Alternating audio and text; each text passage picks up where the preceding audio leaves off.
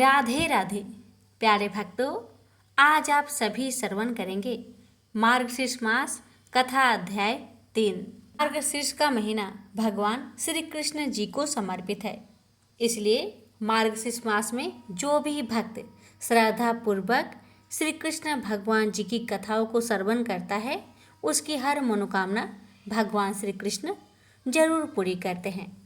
तो आइए भक्तों, रसपान करते हैं हर मनोकामना को पूर्ण करने वाली श्री राधा कुंड की पावन कथा। श्री राधा कुंड का आविर्भाव की कथा, तृतीय लीला कथा श्रीमद् भागवत की उसी टीका पर आधारित है, जिसे द्वितीय लीला कथा में उद्धृत किया गया था। अपने पाप का प्रायश्चित करने के पश्चात भगवान हरि अति अभिमानी हो गए और उन्होंने गर्व से घोषित किया, अरे गोपियों, देखो मैंने ऐसे सरोवर की रचना की है जिसमें समस्त तीर्थ स्थल समाये हुए हैं, किंतु तुम गोपियों ने भगवान की प्रसन्नतार्थ इस धारा पर कोई धर्म कर्म नहीं किया है। इस चुनौती को स्वीकार कर श्री राधिका ने अपनी सखियों की ओर देखा और बोली, मैं श्याम के सरोवर से भी सुंदर सरसी की रचना करूंगी। सखियों, कार्य में जुट जाओ। सखियों ने देखा कि अरिष्टासुर के खूरों से श्री कृष्ण की कुंड की पश्चिमी ओर एक उथला सा गड्ढा खुद गया था। ब्रज गोपियों ने सरोवर के निर्माण के निमित्त अपने स्वर्ण कंगनों से नम मिट्टी को खोदना प्रारंभ कर दिया। इस कारण अनेक लोग आज भी श्री राधा कुंड को कंगन कुंड भी कहते हैं। आश्चर्यपूर्ण बात यह है कि उन वज्र मणियों को इस दिव्य सरोवर की रचना करने में मात्र 1 घंटे का समय लगा। श्री राधिका व उनकी गोप सखियों द्वारा निर्मित रमणीय सरसी को देख श्रीमद कृष्ण विस्मित हो गए। श्री कृष्ण ने कहा, हे कमलाक्षी, तुम और तुम्हारी सखियां अपने कुंड को मेरे कुंड के जल से भर सकती हो। श्री राधा के प्रति उत्तर में कहा, नहीं नहीं नहीं, मुझे यह कदापि स्वीकार नहीं, क्योंकि तुम्हारे कुंड का जल गौ हत्या के महापातक से दूषित है। मेरी सखियां गोवर्धन से लाखों करोड़ों कलशों में मानसी गंगा का पवित्र जल भरकर लाएंगी। इस प्रकार मेरा कुंड त्रिलोक में कीर्तिमान हो जाएगा।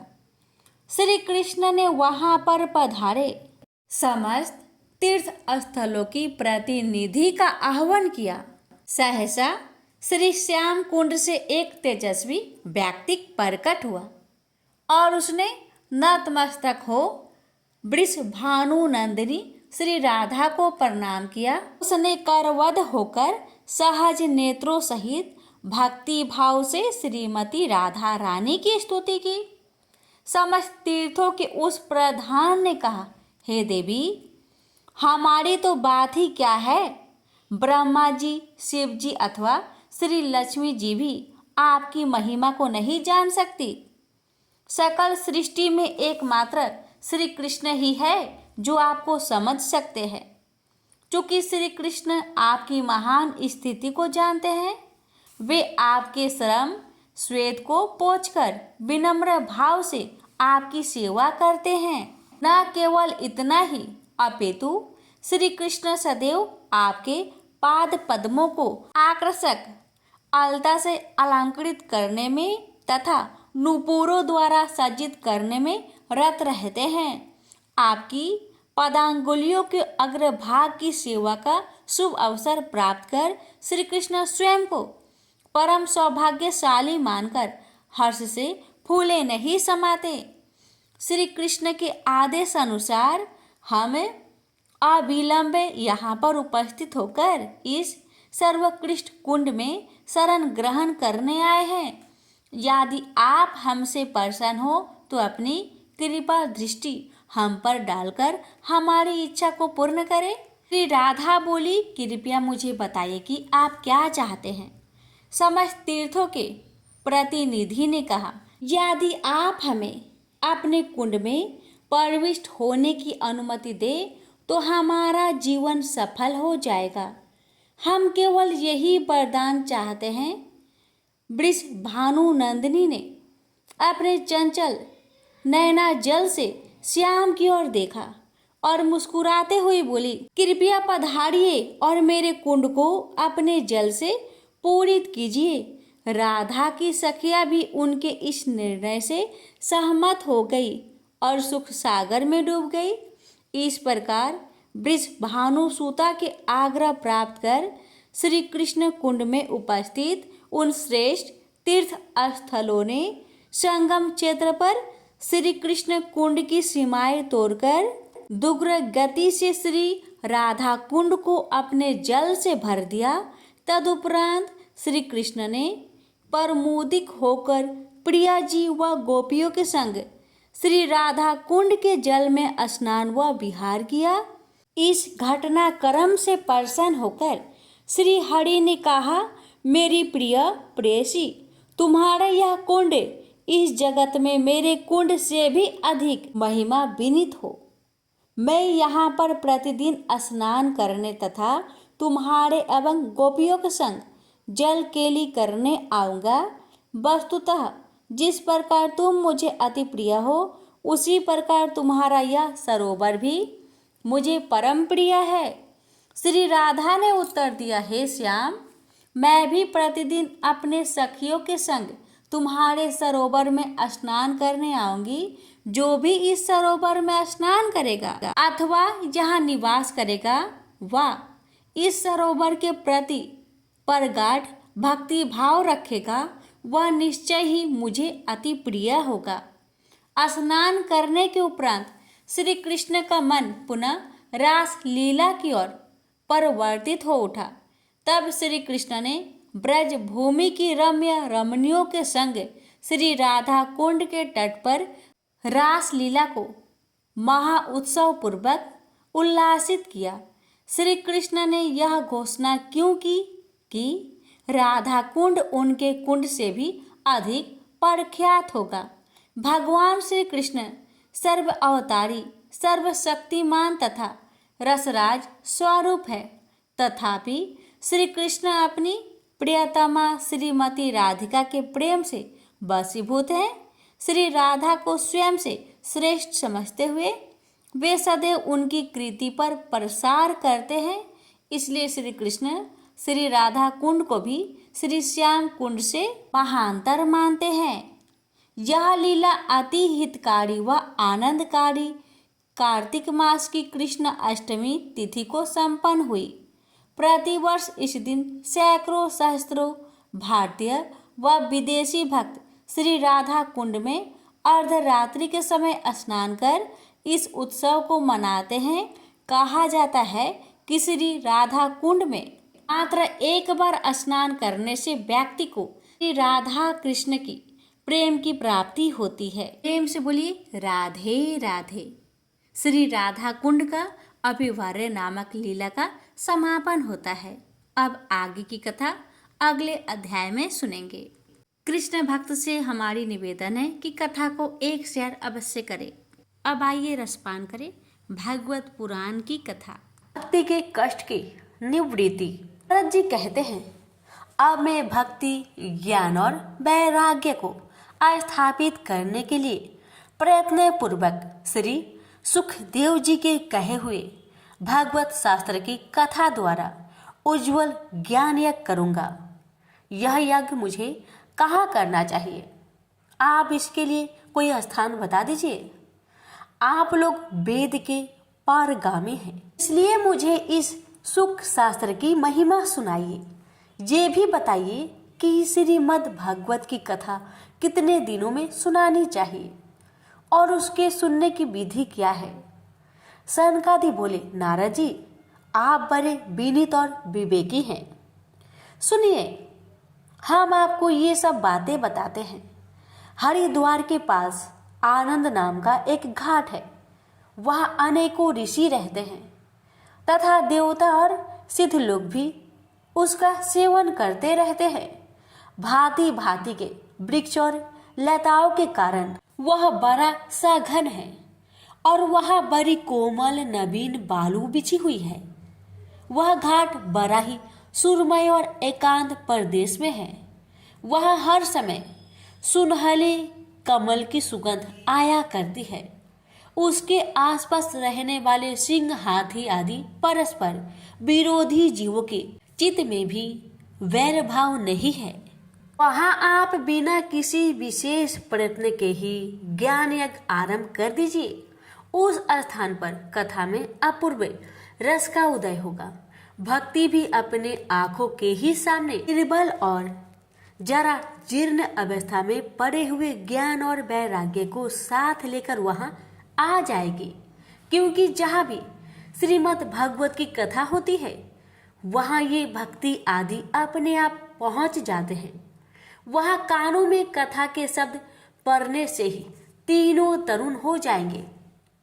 सूत जी कहते हैं, इस प्रकार कहकर नारद जी के साथ सनकादि भी श्रीमद् भागवत कथा मृतिका पान करने के लिए वहां से तुरंत गंगा तट पर चले आए। जिस समय वे तट पर पहुंचे, भूलोक, देवलोक और ब्रह्मलोक सभी जगह इस कथा का हल्ला हो गया। जो भागवत कथा के रसिक विष्णु भक्त थे, वे सभी श्रीमद् भागवत मृतिका पान करने के लिए सबसे आगे दौड़ दौड़ कर आने लगे। भृगु, वशिष्ठ, चवन्य, गौतम, मेधातिथि, देवल, देवरात, परशुराम, विश्वामित्र, साकल, मार्कांडेय, दत्तात्रेय, पिपलाद, योगेश्वर, व्यास और पराशर, छाया, सुख, जाजली और जहू आदि सभी प्रधान मुनिगण अपने अपने पुत्र, शिष्य और स्त्रियों समेत बड़े प्रेम से वहां आए। इनके सिवा वेद, वेदांत, मंत्र, तंत्र, सहस्त्र, पुराण और चाहो शास्त्र भी मूर्तिमान होकर वहां उपस्थित हुए।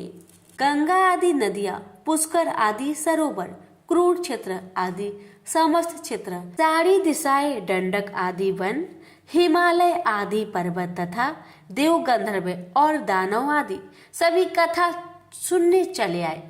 जो लोग अपने कौरव के कारण नहीं आए, महर्षि भृगु उन्हें समझा बुझा कर ले आए। अब कथा सुनाने के लिए दीक्षित होकर श्री कृष्ण परायण सनकादि नारद जी के दिए हुए श्रेष्ठ आसन पर विराजमान हुए।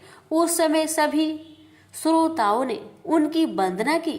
श्रोताओं में वैष्णव, विरक्त, सन्यासी और ब्रह्मचारी लोग आगे बैठे और उन सबके आगे नारद जी विराजमान हुए। एक और ऋषिगण, एक और देवता, एक और वेद और उपनिषदादि तथा एक और तीर्थ बैठे और दूसरी ओर स्त्रियां बैठी। उस समय सब और जय जयकार, नमस्कार और शंखों का शब्द होने लगा और अबीर, गुलाल, खील एवं फूलों की खूब वर्षा होने लगी। कोई कोई देवश्रेष्ठ तो विमानों पर चढ़कर वहां बैठे हुए सब लोगों पर कल्प वृक्ष के पुष्पों की वर्षा करने लगे।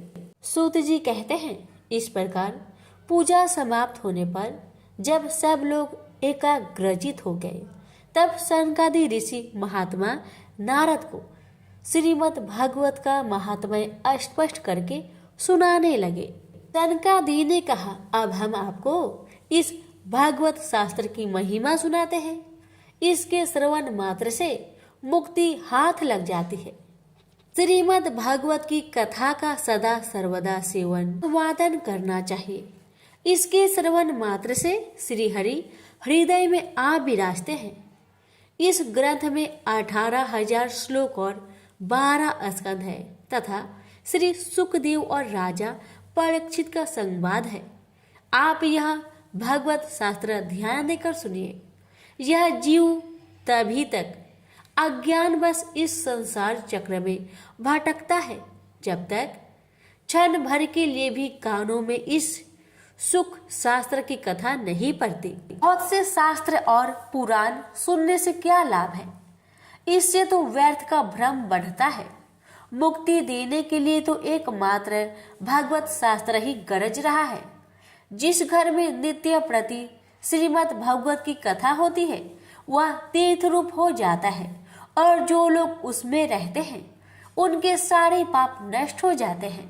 हजारों अश्वमेघ और सैकड़ों वाजपेयी यज्ञ इस सुख शास्त्र की कथा का 16वां अंश भी नहीं हो सकते। तपोधनो, जब तक लोग अच्छी तरह श्रीमद् भागवत का श्रवण नहीं करते तभी तक उनके शरीर में पाप निवास करते हैं। फल की दृष्टि से इस सुख शास्त्र कथा की समता गंगा गया, काशी पुष्कर या प्रयाग कोई तीर्थ भी नहीं कर सकता। यदि आपको परम गति की इच्छा है तो अपने मुखों से ही श्रीमद् भागवत के आधे अथवा चौथाई श्लोक का भी नित्य नियम पूर्वक पाठ कीजिए। ओमकार, गायत्री, पुरुष सूक्त तीनों वेद श्रीमद् भागवत, ओम नमो भगवते वासुदेवाय, यह 10 मंत्र 12 मूर्तियों वाले सूर्य भगवान, प्रयाग, वत्सर रूप काल ब्राह्मण, अग्निहोत्र, गौ द्वादशी तिथि, तुलसी, बसंत ऋतु और भगवान पुरुषोत्तम, इन सब में बुद्धिमान लोग वस्तुतः कोई अंतर नहीं मानते। जो पुरुष अहर्निश अर्थ सहित श्रीमद् भागवत शास्त्र का पाठ करता है उसके करोड़ों जन्मों का पाप नष्ट हो जाता है, इसमें तनिक भी संदेह नहीं है। जो पुरुष नित्य प्रति भागवत का आधा या चौथाई श्लोक भी पढ़ता है उसे राजसूय और अश्वमेघ यज्ञों का फल मिलता है। नित्य भागवत का पाठ करना, भगवान का चिंतन करना, तुलसी को सींचना और गौ की सेवा करना, ये चारों समान है। जो पुरुष अंत समय में श्रीमद् भागवत का वाक्य सुन लेता है उस पर प्रसन्न होकर भगवान उसे वैकुंठ धाम देते हैं। जो पुरुष इसे सोने के सिंहासन पर रखकर विष्णु भक्त को दान करता है वह अवश्य ही भगवान का सायुज्य प्राप्त करता है। जिन दुष्टों ने अपनी सारी आयु में चित्त को एकाग्र करके श्रीमद् भागवत मृत का थोड़ा सा भी रसास्वादन नहीं किया उसने तो अपना सारा जन्म चांडाल और गंध के समान व्यर्थ ही गवा दिया। वह तो अपनी माता को प्रसव पीड़ा पहुंचाने के लिए ही उत्पन्न हुआ। जिसने इस सुख शास्त्र के थोड़े से भी वचन नहीं सुने वह पाप आत्मा तो जीता हुआ भी मुर्दे के समान है। पृथ्वी के भार स्वरूप उस पशु तुल्य मनुष्य को धिक्कार है। यो स्वर्ग लोक में देवताओं में प्रधान इंद्र आदि कहा करते हैं। संसार में श्रीमद् भागवत की कथा का मिलना अवश्य ही कठिन है। जब करोड़ों जन्मों का पुण्य होता है तभी इसकी प्राप्ति होती है। नारद जी, आप बड़े ही बुद्धिमान और योग निधि है। आप प्रयत्न पूर्वक कथा श्रवण कीजिए। इसे सुनने के लिए दिनों का कोई नियम नहीं है। इसे तो सर्वदा ही सुनना अच्छा है। सत्य भाषण और ब्रह्मचार्य पालन पूर्वक सर्वदा ही सुनना श्रेष्ठ माना गया है, किंतु कलयुग में ऐसा होना कठिन है। इसलिए इसकी सुखदेव जी ने जो विशेष विधि बताई है वह जान लेनी चाहिए। कलयुग में बहुत दिनों तक चित्त की वृत्तियों को बस में रखना, नियमों में बंधे रहना और किसी पुण्य कार्य के लिए दीक्षित रहना कठिन है। ये सप्ताह श्रवण की विधि है। श्रद्धा पूर्वक कभी भी श्रवण करने से अथवा माघ मास में श्रवण करने से जो फल होता है वही फल श्री सुखदेव जी ने सप्ताह श्रवण में निर्धारित किया है। मन के असमय, रोगों की बहुलता और आयु की अल्पता के कारण तथा कलयुग में अनेकों दोष की संभावना से ही सप्ताह श्रवण का विधान किया गया है, जो फल तप, योग और समाधि से भी प्राप्त नहीं हो सकता। वह सर्वांग रूप में सप्ताह श्रवण से सहज में ही मिल जाता है। सप्ताह श्रवण यज्ञ से बढ़कर है, व्रत से बढ़कर है, तप से कहीं बढ़कर है। तीर्थ सेवन वन से तो सदा ही बड़ा है। योग से बढ़कर, यहाँ तक कि ध्यान और ज्ञान से बढ़कर है। अजी, इसका विशेषता का कहाँ तक वर्णन करे, यह तो सभी से बढ़कर चढ़कर है। रौनक जी ने पूछा, सूत जी, यह तो आपने बड़े आश्चर्य की बात कही है। अवश्य ही यह भगवत पुराण योग वेता ब्रह्मा जी के भी आदि कारण श्री नारायण का निरूपण करता है, परंतु यह मोक्ष की प्राप्ति में ज्ञान आदि सभी साधनों का तिरस्कार करके इस युग में उनसे भी कैसे बढ़ गया। सूत जी ने कहा, सौनक जी, जब भगवान श्री कृष्ण इस धाराम धाम को छोड़कर आपने नित्य धाम को जाने लगे, तब उनकी मुखा रविंद्र से एकादश स्कंद का ज्ञानोपदेश सुनकर भी उद्धव जी ने पूछा। उद्धव जी बोले, गोविंद, अब आप तो अपने भक्तों का कार्य करके परम धाम को प्रार्थना चाहते हैं, किंतु मेरे मन में एक बड़ी चिंता है, उसे सुनकर आप मुझे शांत कीजिए।